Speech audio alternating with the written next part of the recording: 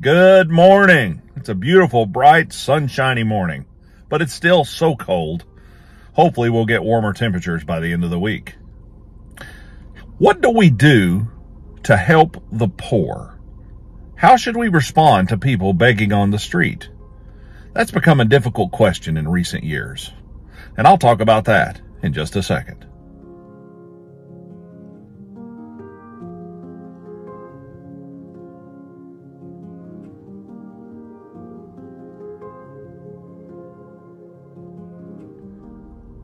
You see them standing on corners with signs that say, "We'll work for food," trying to get home, need bus fare, anything will help. Sometimes you see them with a dog or a family sitting out. And yes, indeed, there are people that do this and then sneak over to a remoter location and get into a brand new car and drive to a brand new house. There are people that take advantage of the generosity of those around them. But there are also people that are in genuine need.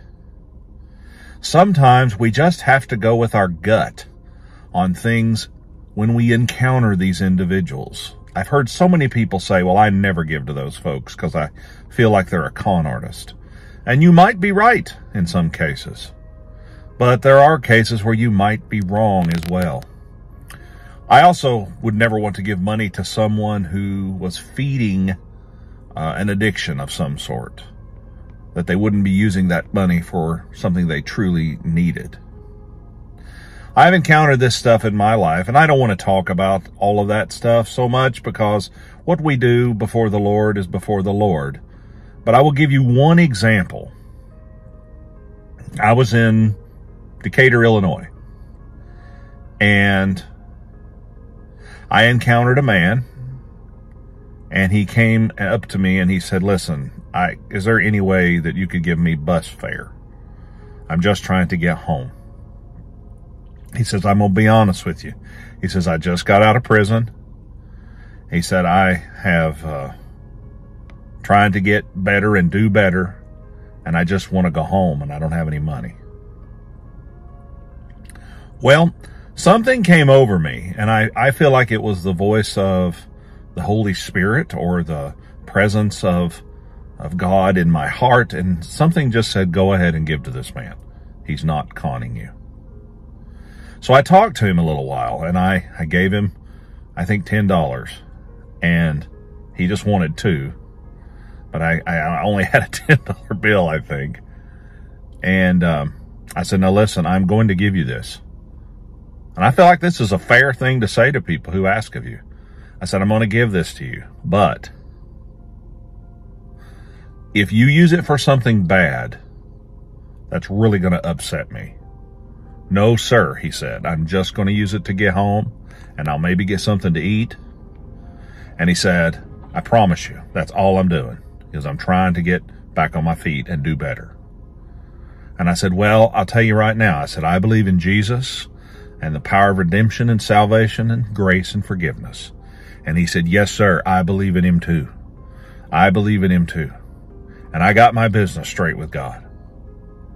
And I could only take him at his word. I'm not his judge. He was up front, told me, I just got out of prison and I'm just trying to get home. He wasn't being deceptive. I gave him the money and I said, now don't you use it for anything bad. And he said, no, sir, you have my word. I will not. And then he did something that was a little bit uncomfortable and a little bit shocking, but I understood it. He reached out with both arms and he wrapped them around my neck and he hugged me and he thanked me profusely. Now, I only share that with you because it touched my heart. He seemed to be a man who was genuinely trying his best to dig himself out of the hole he had put himself in.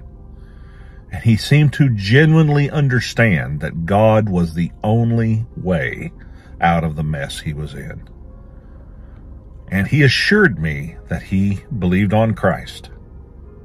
I can only take him at his word, and I sure hope that he did. His attitude of honesty, the way I felt in my heart at that moment, certainly made me believe that. Now, I tell you that story not to tell you that I'm a good guy and look what I did. That's not what I want. I don't want people saying that. I tell you that story to tell you this. When you see someone in need and you give to them, even if they are taking advantage of you, you've done right before God.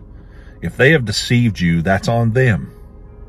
But I will tell you, if you keep your prayers strong and your heart open and you ask God to put people in your path to bless, when you encounter an individual that is really in need, your heart will tell you what to do. The still small voice inside of you will tell you what to do. Because I'll tell you now, folks, I've encountered people that I didn't have that still small voice, and I did not give to them. Because I wait for the direction of the Lord. In the modern era, that's probably the wise thing to do. I don't want to feed an addiction, and I certainly don't want to give money to some sort of freeloader that's not doing their part. But it's something for us to think about. Don't let yourself become so jaded that you don't give to anyone. That hurts you. Be kind to each other. I'll see you next time.